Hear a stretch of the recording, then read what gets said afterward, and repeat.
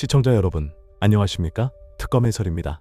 오늘은 윤석열 전 대통령의 최근 구속심사 과정에서 드러난 흥미로운 발언들과 법원의 판단을 심층적으로 분석해보고자 합니다. 그 배경과 의미를 함께 짚어보겠습니다.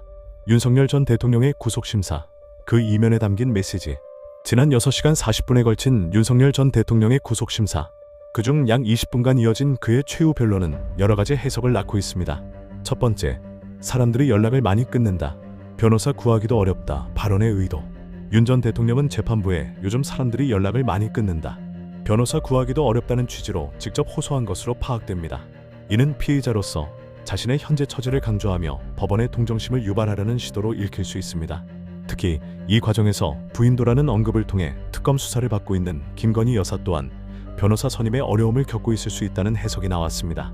물론 윤 전 대통령 측은 이 발언이 김 여사를 특정해서 한 설명은 아니었다고 선을 그었지만 이 미묘한 언급은 특검 수사의 전방위적 압박을 암시하는 대목으로 주목됩니다. 두 번째, 변호인 선임 관련 회유 의혹, 반박 논리. 윤 전 대통령의 변호사 구인난 발언은 단순히 개인적인 어려움을 토로하는 것을 넘어 특검 측이 제기한 회유 의혹을 반박하는 과정에서 나왔다는 점에 주목해야 합니다.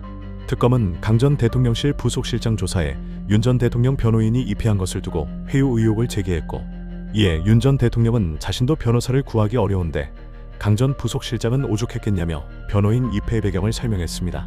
이는 변호인 입회가 부적절한 행위가 아니라 어려운 상황에서 불가피하게 이뤄진 조치임을 주장하며 방어권을 행사하려는 전략적 발언으로 보입니다.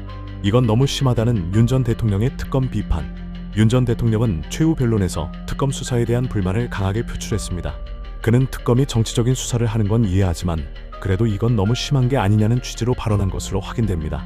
이는 특검 수사의 정치적 의도를 인정하면서도 그 수위와 방법에 대해 강한 불만을 제기하는 전형적인 방어 논리입니다. 특히 지난 1월 내란 우두머리 혐의로 구속되었다가 2달 만에 구속 취소로 풀려났는데 넉 달 만에 다시 구속영장이 청구된 상황에 대한 불만을 나타냈습니다. 이는 일사부재류의 원칙과 유사하게 이미 한 차례 심사를 받았던 사안에 대해 재차 영장이 청구되는 것에 대한 피로감과 부당함을 주장하려는 의도로 보입니다. 법원의 냉철한 판단, 증거인멸 염려. 그러나 법원은 윤 전 대통령의 이러한 호소와 주장에도 불구하고 결국 구속영장을 발부했습니다. 윤 전 대통령 측은 직에서 물러나 아무 힘도 없는데 증거를 인멸하거나 진술을 번복시키는 건 불가능하다고 주장했지만 재판부는 이를 받아들이지 않았습니다.